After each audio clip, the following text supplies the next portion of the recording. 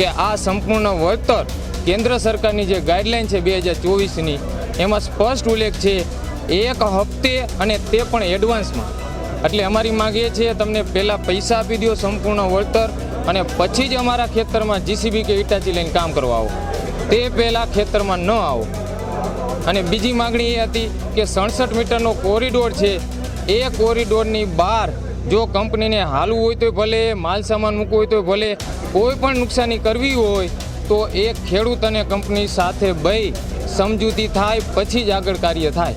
જેતપર ગામથી લઈને Morbi collector office સુધી વિશાળ સંખ્યામાં ખેડૂતો જોડાય અને ટ્રેક્ટર રેલીનું આયોજન કરેલું હતું અને એમાં ખેડૂત તરફથી જે આજે કિસાન સંઘર્ષ સમિતિ વતી આજે આવેદનપત્ર આપવાનું આવ્યું હતું કે ભાઈ અત્યાચાર અને જે દમનગીરી કરી રહ્યા છે ખેડૂતો ઉપર એના માટે થઈને આજે ખેડૂત ટ્રેક્ટર રેલીનું આયોજન કરેલું હતું. જે પણ પ્રક્રિયાઓ અત્યારે ચાલી રહી છે કાયદાની રૂએ અને કાયદાની જોગવાઈઓ પ્રમાણે ચાલી રહી છે, જેથી જે પણ કાર્યવાહી છે એ કરવામાં આવશે. એમના દ્વારા જે આવેદન આપવામાં આવ્યું છે એનો અમે અભ્યાસ કરીશું, પરંતુ જે દેશના વિકાસ માટે વિવિધ સરકારશ્રીની જોગવાઈઓ, સરકારશ્રીના નિયમો પ્રમાણે થતા પ્રોજેક્ટ્સ છે એમાં કોઈ પણ પ્રકારનું રૂકાવટ પણ સ્વીકાર્ય નથી. અમારી તમામ માહિતીથી અપડેટ રહેવા માટે જોડાયેલા રહો S9 ન્યૂઝ સાથે.